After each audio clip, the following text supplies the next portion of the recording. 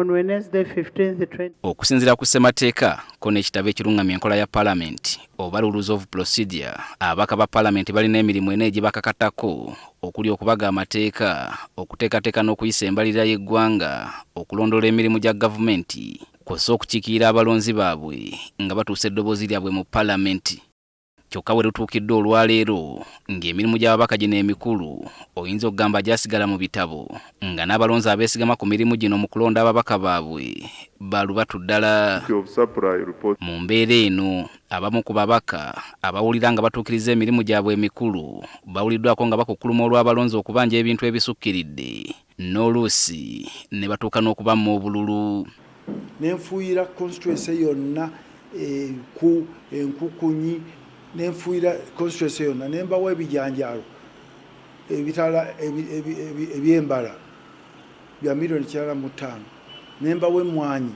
Kati nga ababaka ba Parliament ye 12 bakuba ebirayiro byabwe, twogeddeko n'abadde omubaka wa Bukomansimbi South Kayemba Solo ng'ono atubulidde nti essuubi ly'abalonzi mu babaka lyawukanira ddala n'emirimu egirambikiddwa okukolebwa ababaka ba Parliament. Nti ne bw'okola bino bitya awaffe omwana olina okuweera omwana school fees abaana ogwo si mulimu gwa mubaka wa Parliament, era bw'otakikola oli naakulwanyisa. Mulimu n'aggamba nti munnange nze twanoonya akalulu naawe njagala fusa, bw'oba togimuwadde n'agenda ng'agenda yeetooloola ekitundu. Omusajja omubi nnyo naye nga tayogera nsonga ye. Mbu waliwo n'abalonzi abaamusaba obuyambi obwamuleka ng'anyeenya mutwe. Olwo n'omusajja yankubira mu kalulu nga ndi mubaka wa Parliament nangamba muganda wange amawulire ag'essanyu konze kiki mukyala wange mukyala waffe yafunye olubuto konze muganda wange weewala omulimu ogwo yakoze era njagala kukutegeeza mu maaso agenda kutandika okunywa eddagala so muganda wange weeteeketeeke tusobole mukyala waffe okuza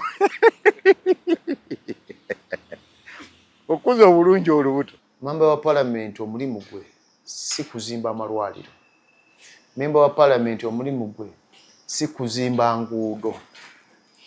Memba wa Parliament omulimu gwe si kuziika kubeera nti asasulira kugula kofi ne kukola ki. Ono agamba obusobozi bw'omuntu okutuukiriza emirimu eno egirambikiddwa tebukyamala kumatiza balonzi kuwa muntu bululu.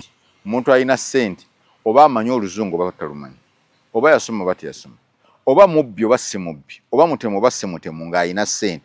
Ku mbeera obwavu bwaffe gye bubalumye wansi n'ensi okuggwamu, omuntu oyo alina emikisa mingi ogenda mu Parliament okusinga omuntu omwesimbu. Ebigambo bino bikakasiddwa bamu ku balonzi abawerekedde ababaka abazze okulayira era nga batubuulidde nti akalulu kaabwe bakawa abababawa obuyambi. MP wange Aisha Mafaabi abadde nga abikolako nga okuwaako obuyambi mu malwaliro nga okuwaayoko ebitanda, emifaliso, ebitanda mu malwaliro, ebyokwebiika mu malwaliro naye nga tabadde nga kati tulinamu n'osubi ddene kati bwetunatamu anayingira ng'omubaka waffe omujjuvu. Olw'akazita abalonzi ke batadde ku babaka waliwo okutya nti enguzi yandifuuka ekitundu ku Parliament nga ababaka bawankawanka okufuna ensimbi ezituusa obuweereza ku bantu. Demand ziba nnyingi ezibateekebwako. Bw'osanga omuntu nga talinaamu nsana kuguma weekanga awamanse wamanse buli akamuyita mu maaso ng'akwatakakwate kubanga ayagala okutuukiriza abantu beno bye bamusaba wansi. Memba wa Parliament tosobola kukola campaign ng'ogamba nti nze ngenda kubakolera eddwaliro. Ssente ogenda kuzijjawa. Embeera eno ereetedde ababaka bangi okwennyika mu birowoozo, abalala ne bagwa mu mabanja kw'ossa abafulumye nga Parliament bagiwanda lulusu. Kino kitegeeza ababaka abagenda mu maaso n'okulayira balina okufuba okusomesa abalonzi obuvunaanyizibwa bwabwe si kulwa nga baba binika obuvunaanyizibwa obutali bwabwe. For service to this Parliament.